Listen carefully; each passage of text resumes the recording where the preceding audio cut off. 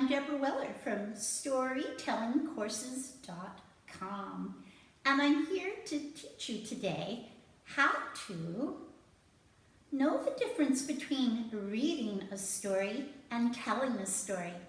I've been a professional storyteller for many years and an educator, and I can't wait to share with you and hope and invite you to take some of my courses on my website so that you can become better at your storytelling presentations or your public speaking presentations. And so I'm going to demonstrate a simple fable right now, The Tortoise and the Hare. I love fables. They're a great place to start your storytelling because they're short, but you can get practice. And they're also worthwhile in business presentations because there's always a moral and something that could apply to people's lives. So right now I'm going to demonstrate reading. Now it would be the same as if you were reading the slides on your presentation. Do you want to keep your audience engaged, or do you want them to go to sleep or start playing around on their cell phones? What's it going to be for you? So here is a read version of The Tortoise and the Hare. I'll just read a few of it, and then I'm going to tell the story. A hare jeered at Tortoise for the slowness of his pace. But he laughed and said he would run against her and beat her any day she would name. "Come on," said the hare, "you shall soon see what my feet are made of." So it was agreed that they should start at once. Now you see, when I read it, my eyes were deflected downward, the same as if you were at a podium. And if you were reading it off of your slides, you'd be turning your head, and you wouldn't be making the most important part of public speaking, is the eye contact with your audience, because eye contact is how you bring the audience in.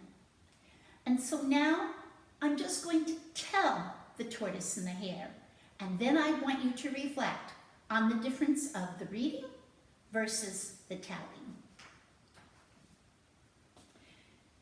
Hare was so proud of herself.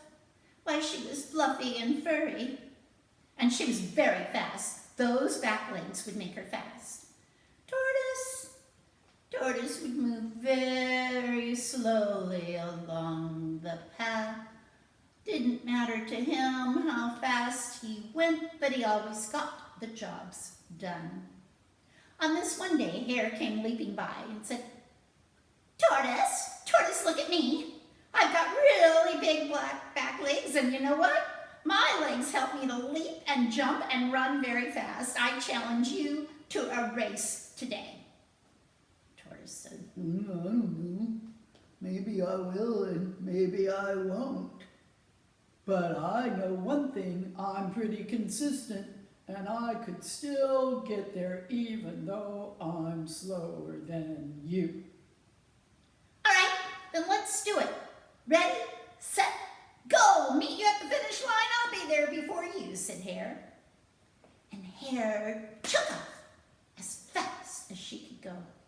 And Tortoise lobbed along at a very good pace.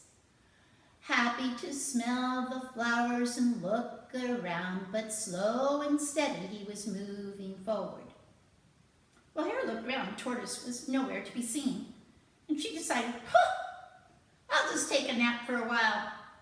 And then when he comes by, I'll still make it to the finish line before him. So Hare fell asleep.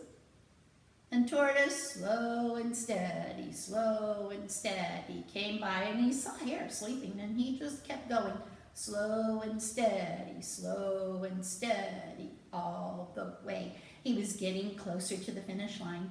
Meanwhile, Hare woke up. Whoa, I must have been asleep for way too long. Leaped up and started running as fast as she can. And as she approached the finish line of the race, Tortoise went right over the finish line. Yes, he did. Slow and steady and being consistent, he still won the race. Now think about your telling of the story. Are you going to make it slow and steady learning? Are you going to create interest by using the tools of the storyteller, eye contact, voice, facial expression, character presentation, and gestures? I'll help you out in further videos so that you can be a great presenter and storyteller.